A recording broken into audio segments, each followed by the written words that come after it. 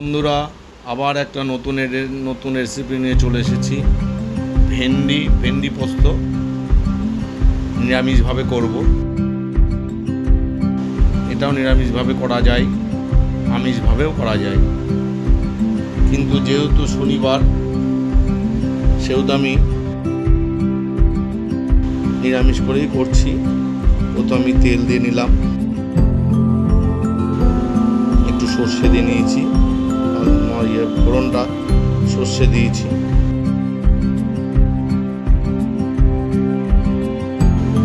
এবার নাড়তে হবে, দিয়েছি তার মধ্যে নেড়ে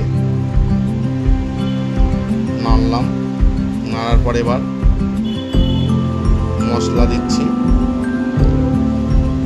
আমি যে মশলাটা এর আগে রেসিপিতে আমি বলেছিলাম, আমি নিজে বাড়িতে মশলা তৈরি করছি ঘরে, সেই ঘরের মশলাই আমি দিচ্ছি। এবার লবণ দিলাম,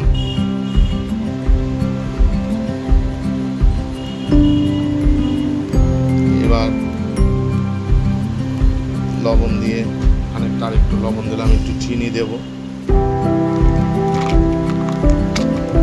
হলুদ দিলাম, হলুদ, চিনি, লবণ আর মশলা।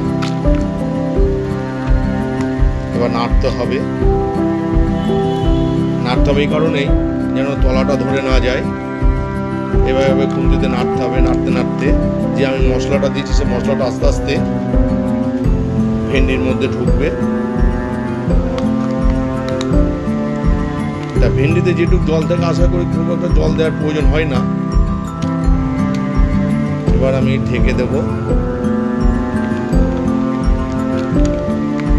খানিকক্ষণ পর আবার তুলে নিলাম। সেটা ওই 1 থেকে 2 মিনিট রাখতে হবে। তারপরে আবার ঢাকনিটা খুলে ভালো করে আবার নাড়তে হবে যেন তলাটা ধরে না যায়। ভেন্ডি অনেক রকমভাবেই করা যায়, দেখো খুব সুন্দর লাগবে। যেটা আমি বলি আর কি, আমি 2-3 রকমভাবে ভেন্ডি তরকারি করতে পারি। তাই এটা যেহেতু ভাবছি যে একটু পোস্ত দিয়ে খাবো, সেই কারণে পোস্ত দিয়ে করছি। একটু নাড়তে হবে, থেকে একটু সময় নিয়ে নাড়তে হবে। দেখ আগের রেসিপিগুলো কেমন লাগলো তোমাদের বলো, নিশ্চয়ই ভালো লেগেছে। কমেন্ট একটু জানালে আমার খুব ভালো লাগে। দেখো বন্ধুরা,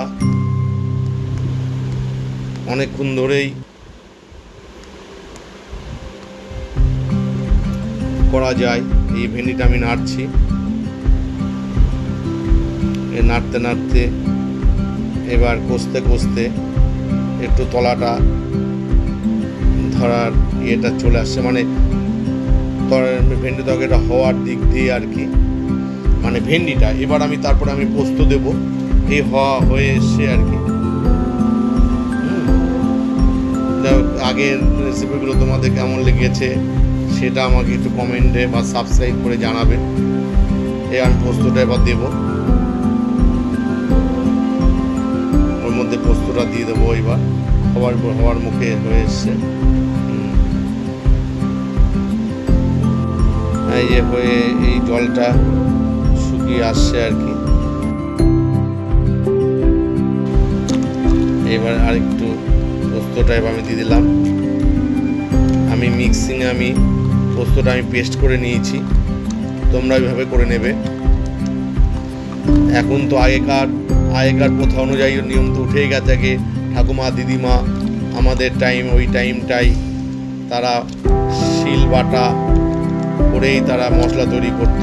কিন্তু এখন যেহেতু আধুনিক যুগ, আপডেশন হয়ে আসছে, তার পাশাপাশি মিক্সিংটা খুব আমাদের কাজেও লাগে বলি বটে। তখনকার মাসি এবং দিদা মা এদের খুবই কষ্ট হয়েছিল বা কষ্ট হতো।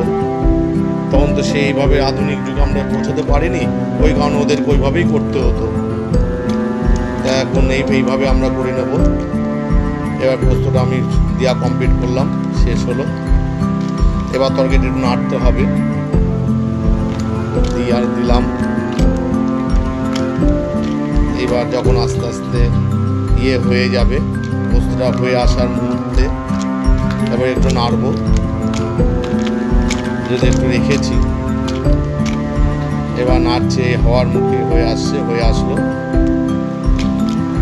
রান্নাটা এই শেষ হলো।